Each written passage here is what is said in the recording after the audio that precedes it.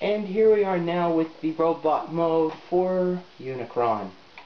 And look at that, folks. Isn't that just a beautiful thing right there? I'd say that considering how long people have waited for a Unicron toy, this makes up for it in droves. Now, articulation-wise, this Unicron, his head joint, it may seem like it doesn't move, but it takes a bit of effort to get it started, but once it goes, you have 360-degree head rotation. His arms rotate 360 degrees.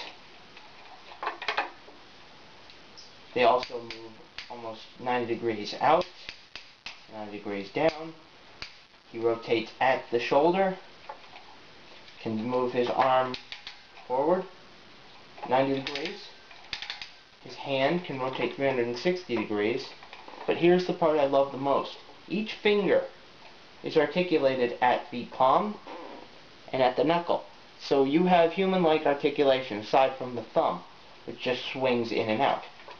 So Unicron can literally grab his enemies or do other things that maybe, possibly, but whatever. I'm so immature. He's also got waist articulation, though I wouldn't suggest it with all the kibble at the back. His thighs, very, very tight thigh joint. Can move this thigh completely forward, completely back, and almost completely out. You can rotate at the knee. You rotate at the knee, bends at the knee, and his feet his feet can rotate due to transformation, so they can actually help him stand. So for a Supreme class figure, it's standard articulation, aka a whole hell of a lot of articulation. So for articulation-wise, I'm going to give Unicron a 24 out of 25. It's really just, he deserves it because truly, I feel that this is what the Masterpiece figures should have had with the hands. Because it's okay if they bend, but they don't have the same range of motion if you're trying to point, rather than if you stick his finger completely straight out, you will see it pointing. So that really does a lot, and it really helps for a lot of cool poses. Gimmick-wise, Unicron doesn't disappoint either. His gimmicks, I'm scoring at a 23 out of 24. 23 out of 25, my bad. Now, reasons being that since he is obviously from the Unicron era,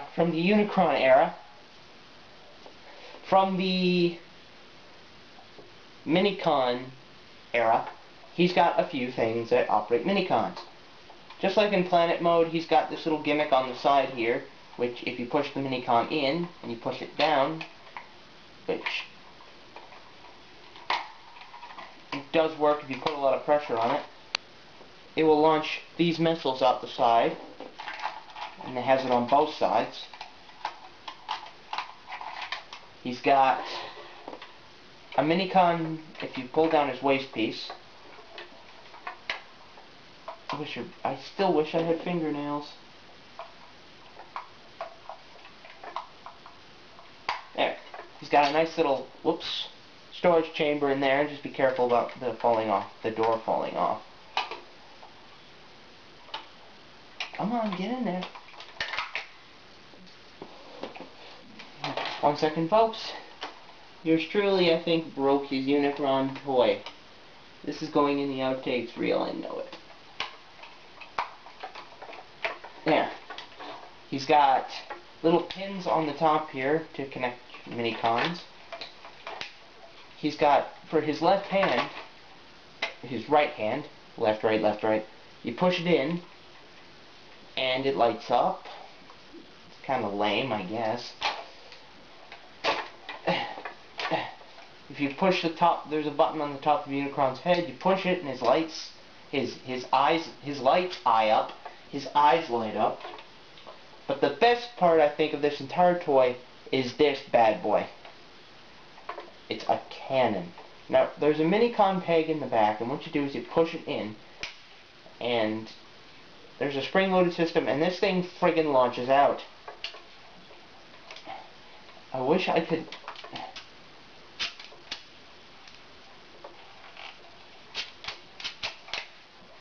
show you, but again, I don't have dead end with me, so I can't. But all in all, Unicron himself is just amazing for gimmicks, which is why I gave him 23. Fun factor wise, he only gets a 20 because of a few reasons. One, he is slightly finicky. These things, for example, like, they always pop off, and it actually took me a lot of force just to put the wings back onto the pegs where they rotate. I mean, I think I actually had to use a pair of pliers myself just to put them on, so. I'm not that strong, but I'm stronger than a kid at an average age who would have bought this. Secondly, these vessels could be easily lost.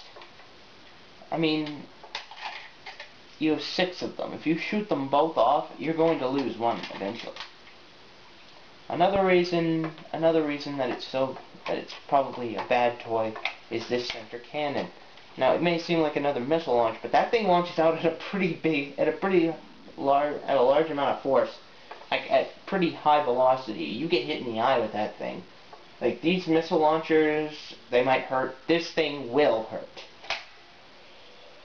I think finally the only thing I can really say is some of these joints take a lot of force to pull and turn, and a kid, maybe 10, 11, eventually he will get it, but it won't be that fun if you can't move his thigh.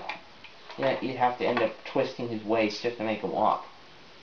And one last note, the price was insane for this toy itself, about $65 Canadian. Yeah.